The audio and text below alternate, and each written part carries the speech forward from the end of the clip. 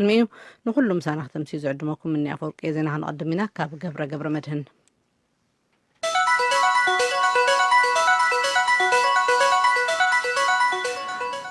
كمي تمسيو زينا انه قدم حدا سومون اب كل الغامبيلنا استفصمن كل تسرحتنياتا سباوي ريت استقاتلولن مطقعتي زوجزي امباسي امريكا اب اديس ابابا منغستي كمزي نزبولو سرحتنياتات كللا كهب حاتيتو سب سلطان اتا هاجر نتوم نازي زفصمو حيزوم ناب فردي كقربوهم ون حدش نايتي امباسي اوهاب قال جونايس حاتيتهم منغستي اتكلل بوغنو 4 تترترتي محازو افليتلو اسكندر فرون زلاخو صبصاب من افرق كتغربويا ኣብ ኣዲስ ኣበባ ዝርከብ ኤምባሲ ኣሜሪካ ሎሚ ኣብ ዘውፅኦ መግለጺ ነቲ ብዝሓለፈ ሰሙን ኣብ ክልል ጋምቤላ ኣብ ልዕሊ 2 ኢትዮጵያውያን ሰራሕተኛታት ትካል ገባር ሰናይ ኣክሽን ኣንጻር ጥሜት ዝተባሃለ ዝተፈጸመ ቅትለት ኣውጊዙሎም ትሕዝቶት መግለጺ ንቪኦኤ ዘብርሁ ሓድሽ ወሃቢ ቃልቲ ኤምባሲ ጆን ኣይስ እዮም These two individuals were here. They're working to help everyone in Ethiopia and refugees in Ethiopia. እዞም ክልተ ውልቀ ሰባት ንኢትዮጵያዊን ምሕጋዝዮም ይሰርሑ ነይሮም ኣብ ኢትዮጵያ ዝርከቡ ስደተኛታትን ካልኦትን እውን ከምኡ ስለዚ ከምዚ ዓይነት መጥቃዕቲ ክፍጸም ከሎ ዘጉህ እዩ ብግልጺ ቋንቋ ነቲ መጥቃዕቲ ነውግዞ ሰበስልጣን እውን ተሓተቲ ሒዞም ናብ ፍርዲ ከቕርቡ ንጽውዕ لو مقنني حبرات منقصات بيرو متحبابار سبقاو رديئت نتمتقعت عملكيتو زوجو مجلسي زتاقصو تموها بقال إمباسي أمريكا مسكالو أتتصميرنا نتمتقعتي نوغزو لنا إلو مالوهم. These two humanitarian aid workers were in a clearly marked vehicle. As such, زوم كرتا سرحتنياتات سبقاو رديئت سرحهم بقلت إذر ملكت أبزلو مكينة أمنيرهم تصفانا اب ኢትዮጵያ መንቀሳቀስ ሰብአዊ ረድኤት ዝተዋፈሩ ኩሎም ሙሉእ ሓለዋ መንግስቲ ክህልዎምን ስርሖም ክፍጽሙን ክኽእሉ እዩ ክልላዊ መንግስቲ ጋምቤላ ደንጉ እኳ እንተኾነ ብዛዕባ መጥቃዕቲ ኣብ ዝሃቦ መግለጺ በዚ ተግባር ዝተጠርጠሩ 4 ሰባት ከም ዝሓዘን ሕጋዊ ስጉምቲ ከም ዝወስደሎምን ወሃቢ ቃል ተኽልል ኣዶል ኣግዋ ንቪኦኤ ብስልኪ ገሊጾም ኣለዉ እቶም ተጠርጠርቲ ብውልቀ ደረጃ ዝንቀሳቐሱ ዳእምበር ብውድብ ዝንቀሳቐሱ ኣይኮኑን ዝበሉ እቶም ወሃቢ ቃል ምርመራ ምስተዛዘመ ዝርዝሩ ክግለጽ ኢሎም ክብል እስክንድር ፍሬው ካብ ኣዲስ ኣበባ ሓቢሩሎም ናይ ኢትዮጵያ ኦርቶዶክስ ተዋህዶ ቤተክርስቲያን ዝተፈላልዩ ኣካላት ሃገረ ስብከት ኣዲስ ኣበባ 4 መስከረም 2012 ዓመተ ምህረት ኣብ ኣዲስ ኣበባ ክካየድ ዝጸውዖ ሰልፊ ንኻሊእ ግዜ ከም ዘናውሖ ኣተሓባባሪ ኮሚቴ ኣፍሊጦ እቲ ኮሚቴ ሎም ማዓንቲ ዓርቢ ኣብ ዝሃቦ መግለጺ ኦርቶዶክስ ቤተክርስቲያን ንኢትዮጵያ ካብ ዝሃነጹ ኣካላት ሓንቲ ምዃና ብምሕባር ኣብዚ ሕዚ እዋን ኩሉ ተረሲዑ ኣብ ልዕሊ ህይወትን ንብረትን እታ ቤተክርስቲያን ዝለዓለ ጉድኣት ዘስዓበ ሓያሎ መጥቃዕትታት ይፍጸሙ ኣለዉ ይብል ነዚ ብሰላማዊ ሰልፊ ንምቅዋም ን4 መስከረም መደብ ሒዙ እንተነበረ እውን ምስ ቀዳማይ ሚኒስትር ጀሚሩ ዝተፈላለዩ ናይ ፌደራልን ክልላት ኣካላት መንግስቲ ብዝተኻየደ ዝርርብ እቲ ሰላማዊ ሰልፊ ክናዋሕ ምውሳኑ ኣባል ናይቲ ኮሚቴ አቶ ሰይፉ አለማየሁ ገሊጾም ብምስዓብ ድማ የተገባልን ቃል የማይተገበር ከሆነ አሊያም የሚያረካ ካልሆነ ለጥቅምት 30 ቀን 2012 ዓመተ ምህረት ዝተኣተወልና ቃል ዘይፍጸም ወይ ዘይዕግብ እንተኾይኑ 30 ጥቅምቲ 2012 ዓመተ ምህረት ሰፊሕ ሰላማዊ ሰልፊ እነካይድ ምዃንና ክንገልጽ ንፈቱ ኢና እዮም ዝበሉ ነዞም ዘለና ድምጺ ነስምዖ ዘለና ድምጺ ናይ ኦርቶዶክሳውያን ቤተክርስቲያን ጥራሕ ከይኮነስ ነጻነት እምነት ሰፊሑ ኩሉ ብምክባር ዝነብረላ ሰላማዊት ሃገር ንምርኣይ እዩ ምባሎም እውን ጸብጻብ መለስካቸውማ ሓቢሩ ናይ ቱርኪ ኢራንን ሩስያን ፕሬዚዳንትታት ብዛዕባ ሶርያን ናይ መወዳእታት ሕዝቶ ዓመፅቲ ዝኾነት ከተማ ኢድሊብን ንምዝታይ ሶኒ ኣብ አንካራ ክራኸቡ እዮም ሓይልታት ስርዓት ሶርያ ንኢድሊብ ብሓይሊ ክንሕዚና ድሕሪ ምባሎም አንካራ ሰብኣዊ ቅልውላው ከጋጥም ክትብል ኣጠንቂቓላ ናይ ሕብራት መንግስታት ቤት ምኽሪ ጸጥታ መንግስቲ ማእኸላይ ሪፓብሊክ ኣፍሪካ ምስ 14 ዕጡቃት ጉጅለታት ናይ ሰላም ስምምዕ ድሕሪ ምፍራሙ ኣብ ልዕሊ እታ ሃገር ኣንቢርዎ ዝነበረ እገዳ ኣጽዋር ክልዓል ትማል ሓሙስ ብምሉእ ድምፂ ወሲኑ ብፈረንሳይ ዝረቐ ውሳነ መንግስቲ ማእኸላይ ሪፓብሊክ ኣፍሪካ ንዘቕረቦ ጻውዒት መልሲ እዩ ቻይና ኣብ ልዕሊ ዓይነታት ኣዳጉራ ሓሳማን ካልኦትን ፍርያት ሕርሻ ዩናይትድ ስቴትስ ዘንበረቶ ናይ ቀረጽ ወሰኽ ከምተልዕል ገሊጻ ኣብ ዝቕፅል ወርሒ ኣብ መንጎ ክልቲአን ሃገራት ኣብ ዋሽንግተን ክካየድ ተታሒዙ ዘሎ ናይ ንግዲ ልዝብ ነቲ ወጥሪ ንምሕዳእ ካሊእ ምልክት እዩ ተባሂሉ ኣሎ። ናይ ኣፍጋኒስታን ፕሬዚዳንት ኣሽራፍ ጋኒ ኣብ ዝሓለፈ ሰሙን ልዕሊ 2,000 ናይ ታሊባን ተዋጋእቲ ተቐቲሎም ክብሉ ገሊፆም ሎማዓንቲ ዓርቢ ኣብ ሓደ ናይ ምርጫ ወፍሪ ከም ዝገለጽዎ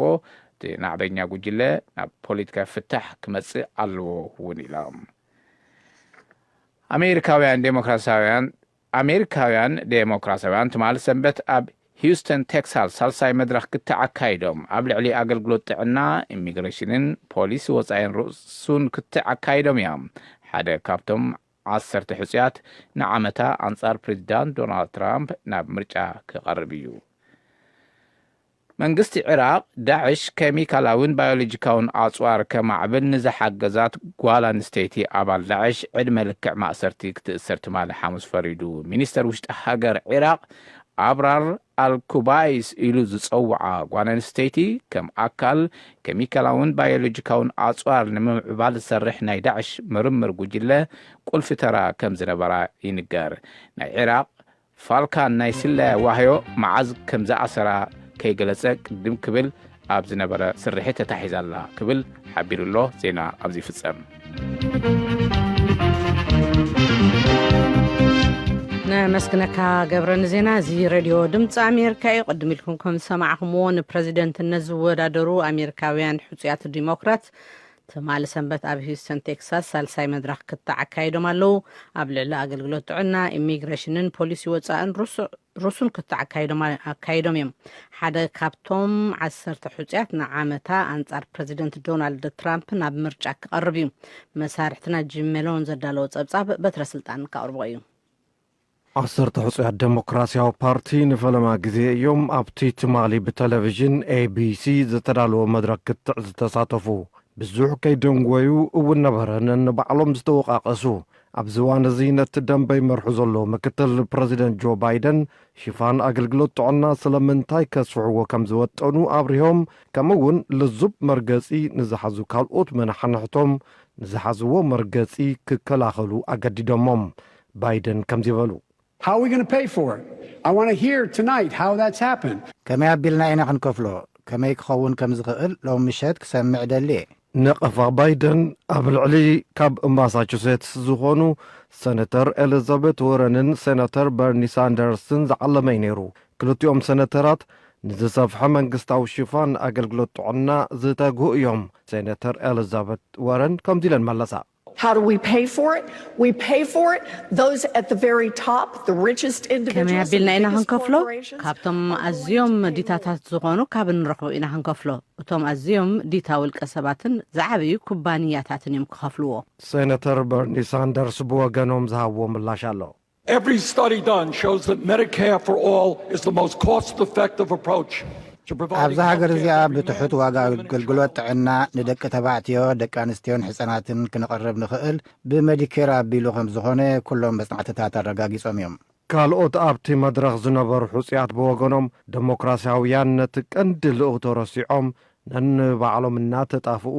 ንፕረዚደንት ትራምፕ ረሲዖሞ እናበሉ ይነቕፉ ካብ ካሊፎርኒያ Senator Kamala Harris comes here. But let's focus on the end goal. If we don't get Donald Trump out of office, he's going to get rid of all of it. أبتقند شتونا خنا دهبي قبا ندونالد ترامب خبط زحازة بيت صحفات انت زي وصينايو كل نقر قبالا شوي أو قداي بوليسي وزائي بركة زبال حسيات انت تعويتهم سراويت أمريكا كاب أفغانستان كوزوم يكبلو تسمعهم حانتي كاب سنتر إليزابيث وارن We cannot ask our military to keep solving problems that سراويتنا بحايلين زي فتح تساقم نخفتح كن حتى تاين خقلن نابت فتح كبس حنا زخقل قدنا كنعنو أي قبان بايدن وانت مساسالي مرقز يوم أنت باريقوم It cannot be put together. Let me say it again. It will not be put ኣብ together. ሓደ ክነቐምጦ ኣይንኽእልን ክደግሞ እየ ኣብ ሓደ ክነቐምጦ ኣይንኽእልን እቲ ናይ ትማሊ ክትዕ ረስኒ ዝወሰኸሉ ሰዓት እውን ነይሩ ኣብ ሓደ እዋን ኣብ መንጎ ካብ ኢንዲያና ዝኾኑ ከንቲባ ፒት ቤቲንግ ሚኒስትር ኣባይቲ ዝነበሩ ዩልያን ካስትሮን ኣብ ልዕሊ ስለምንታይ እዮም ዴሞክራሲያውያን ነንባዕሎም ዝጠቃቅዑ ዝብል ዝተፈላለየ መርገፂ አንጸባሪቆም ኣለዉ ከንቲባ ፒት ቤቲንግ ከም ዝበሉ This reminds everybody of what they cannot stand about. ብዛዕባ ዋሽንግተን ክንቅበሎ ዘይግባእ እንታይ ከም ዝኾነ እዩ ዘዘኻኽረና ሓደ ኣብ ልዕሊ እቲ ካልእ ነጥቢ ከቁፅርን ክነቋቆርን ምርኣይ ጁልያን ካስትሮ ክምልሱ ከለዉ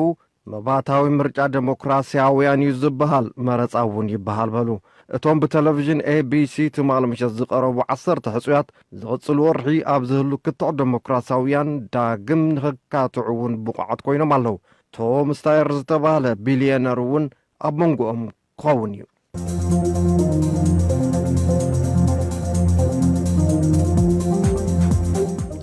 እዚ ሬድዮ ድምፂ ኣሜሪካ እዩ 2011 ዓመት ምረት ኣብ ኢትዮጵያ ዝነበረ ኸይዲ ፖለቲካን ብተወሳኺ ድማ ኣብ ሓድሽ ዓመት ቀጻሊ ዕድል ተሃገርን ዘለዎም ተስፋን ንገለ ነበርቲ ከተማ መቐለ ርእይቶ ሓቲትና ኣለና ብተወሳኺ ድማ ምርጫ 2012 ጠሚቱን ሙሉጌታ ጽባሃ ኣዘራሪቦም ነዚ መደብ ይኽልና ኣሎ ኣይተ ገብረ ጽዮን መሐሪ በመምህርነት ሞያ እናሰርሖም ዝርከቡም 2011 ምርጋዕ ዘይተረኣየላ ሕገ መንግስቲ ዝፈረሰሉ ዜጋታት ካብ ነዊሕ ዓመታት ዝነበርሉ ቦታታት ዝተፈናቀሉ ሃገር ሃገር ብምስር ትቕፅል ልብል መብዛሕትኦም ዜጋታት ዝዓዲ ወይ ህዝብታት ኣብ ሕቶም ምልክት ለእተውሉ ዘመን ስለነበረ ምቾት ለይብ ዓመት ተባሂሉ እዩ ክምደብ ልኽእል ኣብ ስራሕቲ ንግዲ ዝተዋፈረት ሚሚት ሃረቀብ ወገናም ኢኮኖሚ ብጣዕሚ ዝተሓተ ይመስለኒ ከም ትግራይ እኳ ደሓን ተኾነ ግን ምስቲ ካብ ኢትዮጵያ ውሽጥ ዝተሓሓዘ ምስኾነ ትንግዲ ከምቶም ቅድሚ ሕዚ ዝነበሩ ዓመታት ድሙቕ ኣይነበረን ነዋሪ ከተማ መቐለ ኣይተጸጋይ ገብረ መድህን ብወገኖም ዘይተረጋገአ ኩነታት ነይሩ ብዙሓት ምፍንቃላት ዴይሊ ናይ ሞት ዜና ክጽልካ ከም ልሙድ ዕለታዊ ዜና ዝኾነሉ ኩነታት ባውሩኡ ድማ ሕጊ ዘይክበረሉ ስዊልካ ብገወዝ ሓለቃ ዝምርሐሉ ከባቢታት ብጣዕሚ ብዙሓት ነይሮም እዮም ንኣብነት ተሪኢና ናይ ክልል ርእሰ ምሕዳር ዝኣክል ብቢሮ ሓላፊ ደረጃ ዝነበሩ ዝቐተልሉ ናይ ሓንቲ ሃገር ኢታሞጀርሹም ብኣደባባይ ዝቐተለሉ ኩነታት ኮይኑ እዩ ነይሩ ካብኡ ዝሓለፈ ድማ ትምህርቲ ተሪኢኻ ፈተና 12 ኮራፕት ዝኾነሉ ቆፀራ ኣባይትን ቆፀራ ህዝብን ናይ ጸጥታን ናይ ድሕንነትን ስጋት ስለ ዘሎ ተባሂሉ ዝተናውሐሉን ኩነታት ነይሩና ዋጋ ምውሳኸውን ብጣዕሚ ዝኸፈአ ኩነታት ነይሩ ዝብል ርእይቶ እዩ ዘለኒ ኣተሓባሪ ሳልሳይ ወያነ ትግራይ ኣይተሃያሉ ጎድፋይ ብወገኖም ኩሎም ሓይልታት ዓቕሞም ከርእዩ ፈቲኖም እዮም ኣብዚ ዓዲ እዚ ስለ ዝኾነ መዓፅ ገማት ሕድሕድ ሓይሊ ናይ ባዕሉ ሓሳብ ክፈፅም ምእንቲ ኣብ ዝገብሮም ምንቅስቃሳት ጎንፅታት ናይ ሰብ ምፍንቃል ካብ ዝተፈላለዩ ከባቢታት ብዋናነት እውን ናብቲ ሃገር ክጠቕማ ተባሂሉ ዝተሓንፀፀ ሕገ መንግስቲ ምጥሓሳት እዚኦም ብምልኦም ተረኣዮም እዚ ብዋናነት ናይ ዘይምትዕራቕ ወይ ኣብቲ ሃገር ዘለና ርድኢት ዝተፈላለዩ ምዃኑ ዝረኣናሉ ዓመት እዩ ምባል ከኣል እዩ خيد زي محاور زي الفدرال منجستي فطيرو حلفي ركب حزب عرنا ايت عمدم قبر سلاسم ايتي ارترا دنبر مخفات قلتي حزبتات يكون قلتي منجستات لصنحه مفطاط تسورالو هام بارتات ون ياوتو حدش مرجع بورد موصيلو تسفاتات للرأي ليو تناي بوليتيكا مدار بهاجر درجات وصلتلخا بوليتيكا مدار سفحي ليو تلوت خليخا مس قلتاتو معناتها نميديا نسأنت فيدرال درجاون عمتاوي كستات ترأيهم لا بتقدر تمثلها زيهم يلوي نابوليتيكا أسرات هاجر درجات فتحهم يوم بكل الرجاء يتجاري تفوي بوليتيكا مدار كسفحية ميدياك بري أسرات كفتحية اللي بالقلات أتنيرو تم قلات جن يتجاري ميد ما تقولي ملوك بهالك كالي هذاك تجزء بارتي حد نوتر سأنلو بمقنعات نايتو بارتي حد نتمسأن لا حزبي وريدو بزحات صقمات تفطرلو نهيوت مسأل نبرت مفنقال غونصታት ደጋጠመሉ ሁነታት ነይሩ حدش عمت ዝነበሩ صقمات ክፍትሑ ይኽእሉ እዮም ዝብል ተስፋ ኣለና ዝበሉ ኣይተገብረ ጽዮንን ሚምን صقمات መንግስቲ ብቕልጡፍ ምፍታሕ እንተ ዘይጀሚሩ ግና እቲ ስጋት እናሓየለ ክኸይድ ኢሎም ሃገር ሰላም ትኾነሉ ምንግጋራት ስልጡን ዝኾነ ዝርርብ ብስርዎን ዘይተመለሱ ሕቶታት ልሙለሰለ ዓመት ክኾን ነው እዚ ክንብል ከለና ሃገር ከም ሃገር ብሰላም ብድሕንነት ዝቕፅለሉ ዜጋታት ዲሞክራሲያዊ ዝኾኑ ምዝረባት ዲሞክራሲያዊ ዝኾኑ ምንግጋራት መፍትሕታት ክእለሸሉ ግብኦሉ ዓመት እዩ ክኾን ግብኦ ኢለ ይሓስብ 2012 ተተስተኻኺሉ እቲ ነገራት ብዙሓት ሰናይ ምዃን ዕድል ኣለዎ ኢለ ይሓስብ ኣይተጸጋይ ወገኖም ኢትዮጵያ ይመርሕ ዘሎ ኢህወደግ ኣባላት እቲ ግንባር ዝኾኑ ውድባት ኣብ መንጎኦም ዘይምርድዳእ እናሰፍሐ ይኸይድ ስለ ዘሎ ኣብ 2012 ጸገም ሃገራዊ ፖለቲካ ኢትዮጵያ ክቕጽል እዩ ክብሉ ገሊጾም እቲ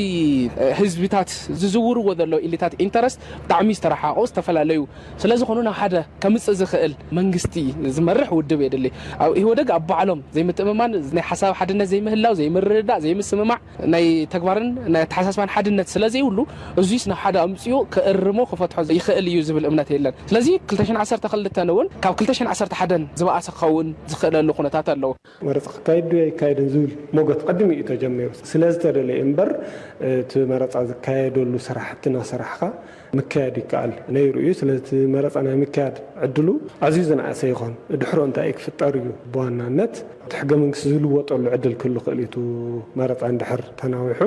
ሓደ ዝናውሐሉ መስርሕ የብሉ እንቱ ዓንቀጽ 60 ብዛዕባ መረፃ ኣብ ሰዓት ክካየድ ከም ዘለዎ እዩ ኣጠቓላሊ ምስሊ ግን መረፃ ተናዊሑ ማለት ኣብዚ ሃገር ኣብ ጠረጴዛ ዝፍትሑ ጉዳያት እናንኣሱ ይኸድለዉ ማለት እዩ መረፃ ተኻይዱ ዝሓሸ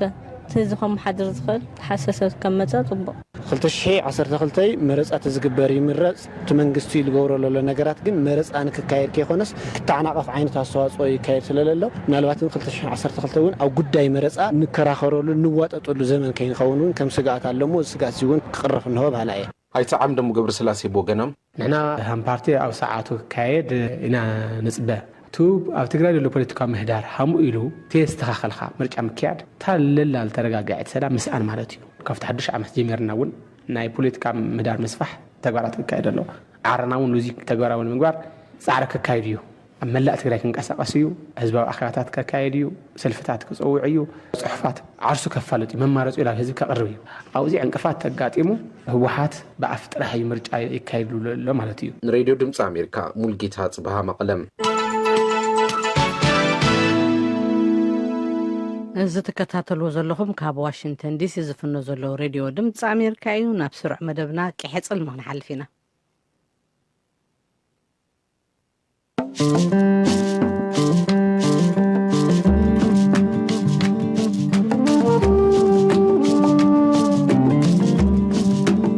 ሰላም ከመይ ቀኒኹም ዕዱማት ቅሕፅልሚ ንሎሚ ሕፅር ዝበለ ሓደ ትሕዝቶ ጥራሕዩ ዘለና ካብ ኣስመራ ኣብ ዕቃበን ኣስራርዓን ሃይማኖታዊ ብራናታትን ንዋየ ቅዱሳንን ዘተኮረ ብዓይነቱ ፈላማይ ዝኾነ ስልጠና ተዋሂቡ ነይሩ እቲ ካብ ሃምበርግ ዩኒቨርሲቲ ጀርመን ብዝመፁ 6 ክኢላታት ዝተዋህበ ስልጠና ነቲ ቅድሚ ሕጂ ብኤርትራውያን ዝተሰርሐ ስራሕ እውን ዘረጋገፀ እዩ ነይሩ ናብ ብርሃነ ብርሀ ክሕልፈኩም በማዕከል ምርምርን ስነዳን ህግደፍን ቤት ጽሕፈት መንበረ ፓትርያርክ ኦርቶዶክስ ተዋህዶ ቤተክርስቲያን ኤርትራን ዝተወደበ ኣብ ዕቃበን ኣሰራርዓ ሃይማኖታዊ ብራናታትን ንዋየ ቅዱሳትን ዘተኮረ ናይ ሓደ ሰሙን ስልጠና ተዋሂቡ ነቲ ኣብ መወዳእታ ሰሙን ናይ ወርሒ ነሓሰ ዝተዋህበ ስልጠና ዝወሰዱ 23 ተሳተፍቲ ምልከት ናይ ቋንቋ ግዕዝ ዘለዎም ኮይኖም ካብ ኮሌጅ ምሕደራ ዋኒንን ማሕበራዊ ስነ ፍልጠትን ዓዲ ቀይሕ ካብ መንፈሳዊ ኮሌጅ ደብረ ሲና ቅድስተ ስላሴ ካብ ቤት ጽሕፈት መንበረ ፓትርያርክን ካብ ማዕከል ምርምርን ስነዳን ዝተዋጹ መንእስያት እዮም እቲ ስልጠና ካብ ዩኒቨርሲቲ ሃምቡርግ ጀርመን ዝመጹ 6 ኪላታት ዝተዋህበ ኮይኑ ነታ ጉጅለ መሪሑ ዝመጸ ፕሮፌሰር ፓውዚ ካብ 1992 ክሳብ 97 ኣብ ኤርትራ ንሃየሎ እዋናት ብምምልላስ ብራናታትን ካልኦት ጽሑፋትን ክዕዘብ ከም ዝኽኣለ ድሕሪ ምጥቃስ ብመሰረት እዚ ኸኣ እቲ ስልጠና ኣብ ኣቃውማን ቅድን ስነ ጽሑፍ ቋንቋ ግዕዝን ካልኦት ጥንታዊ ጽሑፋትን ብስነ ፍልጠታዊ መንገዲ ንምስርዖምን ብዲጂታላዊ መንገዲ ኣብ ምዕቃቦምን ዘተኮረ ከም ዝነበረ ንቪኦኤ ተዛሪቡ ዳይሬክተር ማዕከል ምርምርን ስነዳን ወይዘሮ ኣዜብ ተወልደ ብወገና እቲ ማዕከል ካብ 1996 ጀሚሩ ኣብ ምዕቃብ ብራናታትን ንዋየ ቅዱሳንን ብዙሕ ስራሓት ከም ዘካየደ ድሕሪ ምሕባር ኣብዚ ሕጂ እዋን ቤት ጽሕፈት ፓትርያርክ ብዲግሪ ዝተመረቑ መንእስያት ኣፍርዩ ስለ ዘሎ በቲ ስልጠና ኣቢልካ ነቲ ስራሕ ናብኦም ንምስግጋር ከም ዝኾነ ተዛሪባ ወይዘሮ ኣዜባ ሲዒባ ቀንዲ ዕላማ ናይዚ ስልጠና ናይ ወጻእተኛታት ተመክሮን ክእለትን ብምልውዋጥ ኤርትራውያን ኪላታት ምፍራይን ነቲ ቅድሚ ሕጂ ዝተገብረ ስራሕ ብኪላታት ኣፍልጦ ከም ዝረክብ ምግባርን ከም ዝኾነ ተዛሪባ حتى أويرنس تفتيرو له እቶም ክመሃሩን ሓዋሩ በዛ ዓውዲ እዚ ከም ኤርትራዊ ዓቕምሰብ ወይ ከኣን ኤክስፐርትስ ኮይኖም ነቲ ስራሕ ባዕሎም ተሕግጋዝ ምስካልኦት ክኢላታት እንዳገበሩ ክቕፅሉ ዝኽእሉ መንእሰያት ምፍራይ ስለ ዝኾነ ትቐንዲ ዋና ዓላማና ትቕድሚ ሕጂ ዝተገበረ ኦሪንቴሽን ተዋሂቦም ሪኦሞ ዝተገበረ ኢንቨንተሪውን ብናህን ዓቕሚ ስለ ዝገበርናዮ ጉድለት ይህልዎ እዩ ዝብል ትፅቢት ነይርና ግን ምስራይዎ ግን ፅቡቅ ኢንቨንተሪ ከም ዘካየድና ሓቢሮምና ኣለዉ ተወሳኺ ሰርቬይውን كدلي كم زخنف دحرنا فليتنا لنا أب إدول كسبات كم زلوا جانا حجون زت حبتهم قدامات بعلومون كبرنا تو فليتهم كسب حج عكبهم مولو حجون فرحس زلهم زعق أبوه جانا زقبروا برانا تكم زلهم فليتنا لنا سلزي توسخ سري كدلي تستطعمنا له سيستم المتر جن سبق كم زخنة زيادة مرة جاز أهيومنا سلزلوا كلا يجزيخن جبرون دينا نعو حجي دحر سرفي انتهالو نوايا قدساتن براناتاتنينا انفنتري جرنا ناي مولو هاجر مالتيو كاب قدامات كساب قطارات ناي قطار ابيات كريستيانات كي ترفينا انفنتري جرنا زلنا ناي اسلاميك مانسكريبتس ملكتون لقاهم بو درجه انفنتري جرناينا كاب دبرسينا منفساو كولج كم زمصت زغلصت نتسلطنا زوسدت منسينيات بلاي بوغنا ناقاومنا سراران ناي برانا صحف علم دخاو درجه امس حاز حق السلطنا كم زخونه تزاريبا እጅ ሓፈሻውት ትምርትኮ ነቲ ኣባና ዘለዎ ጸጋታት ማለት በናናታት ናይ ሃገርና ብቋንቋት ግዕዝ ዘሎ ሃሚገና ናይቀወም እንዲ ዛት ሳይንቲፊክ ወይ ኮይኑሲ ኣብ ዓለም ደረጃ ከመልካ ተቐምጦን ነቲ ብሕጅ ዘለዎ በናናታትና እውን ዝነውያ ዕድመ ንኽነብሩ ከመልካ ናይቀወም ይሕዝ ዘሎ ሕጂ ንኣብነት ካታሎጊ እንደበሃል ወላ ሂማን ዲጂታል ገለ ድበሃል ብዙሕ ትምርታት ኢና ክንቀስም ቀኒና ሓፈሻው እንታይ ነታ ብራና ሓደ ከም ፊዚካል ኦብጀክት ሪያ ከም ሓንቲ ንብረት ብምንታይ ቆይማላ ብምንታይ ተሰሪሓ نابنت مشفني كم إخاري بعنشة دينيرو عنشة خوينا بلقلين نابنت بليزر يشفني تليزر وانت قربت وناي نيمت انسسايو أبتش أجزيت تقمل نبرو عين تأسس أنتينيرو ولو أن أبتش حفة متيخاون بسينشوريس دا فلالي مالت إن الحجة تقمزنا في دلة لك كم تنايك أنا بزنا برا أيقونا هجي إيفولوشن نازي